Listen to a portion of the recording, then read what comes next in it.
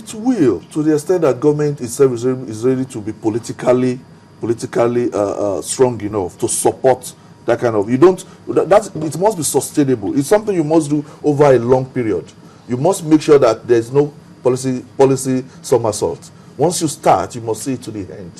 You don't start and stop. So, and that is why people are scared of going into partnership with government these That's days. the private sector. The private sector. They are scared of, because you come in, you start this thing, 2 years down the line, maybe another minister comes in, another government comes in, and you start a review of the process all over. And if you are not careful, what had gotten to a stage, the man has committed fund, has committed time, you find out that they have to start all over again. And you see all sorts of whims and caprices comes in. So it's an issue. Everybody wants to work with government. The Nigerian economy has been seen by many as vibrant. It can be better than this. You see foreigners coming in, and the question we always ask ourselves, especially the Lagos stream, is foreigners are coming in and making so much from here. What exactly is wrong with us? Is it a Nigerian thing, or is it that government itself is satisfied with people just coming in? Because at the end of the day, you find out that the people coming in are not contributing so much. Most of this fund is still going out of the country. But if you develop the SME sector, where you can duplicate and create these organizations, especially if you create that linkage. Most SMEs the world over, you find out that they are attached to some bigger large organizations. You find out a SME producing even the smallest chip for a particular company, and that's the only thing it's doing. And it's been doing it in the last 20 years, and it continues to do it. So, as organized private sector, Yes. what are you actually doing to, contribute your own quota to building that sector? Yeah, let me tell you, the first thing we are doing capacity building within. That is to tackle the internal problem. We are doing capacity. We are training people. We are bringing them together. We are networking. We are networking within them so that they can discuss genuine and mutual problems and find solutions to it. We come up with all sorts of programs, and we, as much as possible, do a lot of advocacy to let government itself knows this is the problem of that sector. Whether government is listening is another kettle of fish. Dele, let's take a quick break, and when we come back, we're going to be looking at one of the biggest challenge, although you mentioned it, but we're still going to be talking about is access to credit. Well, you're still watching Business Morning, the Tuesday edition of the program on Channels Television, and today we're talking about SMEs, the Nigerian economy, and we've been looking at the challenges, the issues, and how government policies have actually helped to build the sector. We'll continue in just a moment. Please stay with us.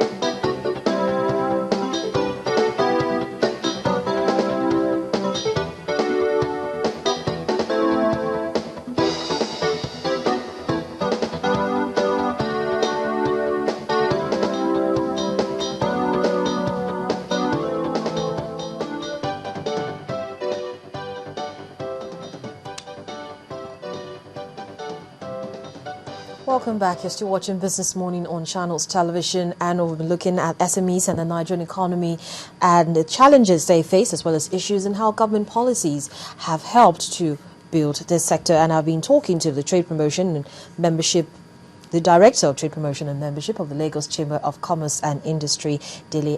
Thank you so much, Dele, for sticking around. You're welcome. Well, just before we went on that break, we talked about the challenges that SMEs actually face in Nigeria. We mentioned infrastructure, bureaucracy, border security, and you also mentioned access to credit. Yes. That is a major challenge It is. for not just SMEs in Nigeria, for basically every business, Yes. whether in Nigeria or outside of Nigeria.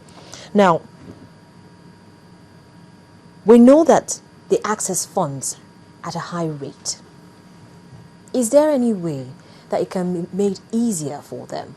And if it can be made easier, which organization which government organization should we be looking at? Should we be looking at the Central Bank of Nigeria, or should we be looking at possibly the banks, namely the mortgage banks? How much of a role can they play in helping, SMEs access credit at more affordable rates? Well, the truth is, it will have to start with the Central Bank of Nigeria. That is where the policies are made, the monetary policy, the fiscal policies. It will have to start with the. You've just mentioned that it's not, the problem is not that of the SMEs alone. The moment that government itself continues to borrow at a very high rate, and it continues that way, we're going to have a situation where the interest will continue to be high. Then we're also going to have paucity of funds, because people will prefer to, government is so secure, prefer to go there, take their funds there. Be that as it may, the cost of fund itself becomes a problem, which I think government was trying to address by creating special funds for SMEs. But we also find out that some of the SMEs, most of the SMEs, are also unattractive in terms of funding. And you find out that it's difficult to put your money in organizations that are not properly set up. In an organization where you are not sure that that fund can be repaid. It's also an issue. So it's both on the side of the government and on the side of the organizations. The cost of credit is high.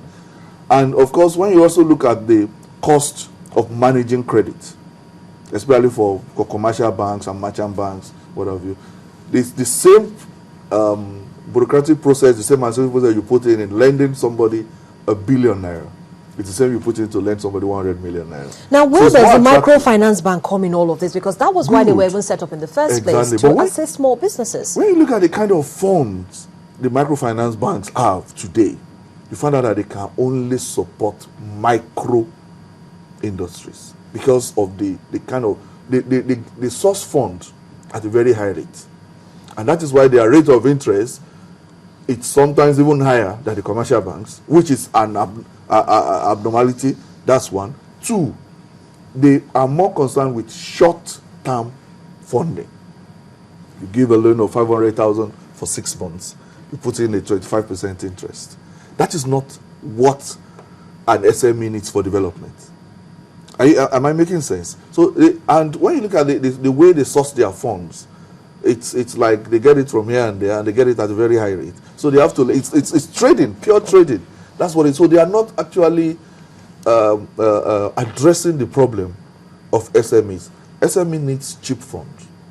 They need long-term funds. That is basic.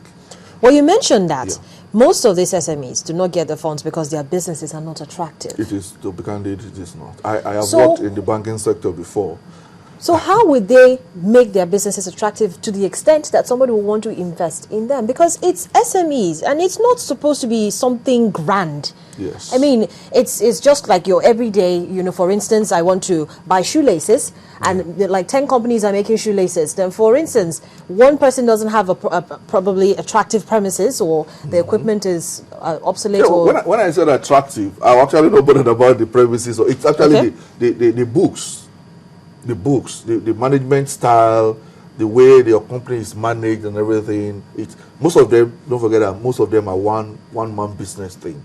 And you say the man, his household is on the business, his children's school fees is paid for the business. He's not keeping a proper book that the bank can come in and say, okay, look, you're asking for credit, let's look at your books and see how it is.